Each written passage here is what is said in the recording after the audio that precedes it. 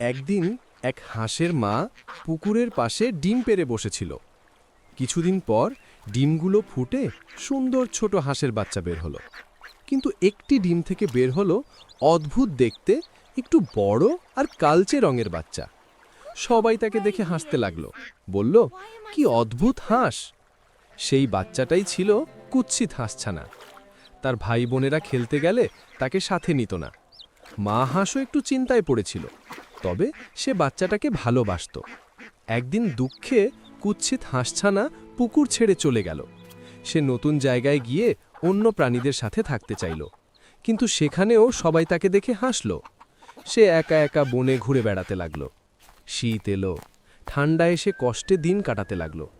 অনেক কষ্টের পর বসন্ত এলো, ফুল ফুটল চারদিকে। একদিন সে পুকুরে নিজের ছায়া দেখল।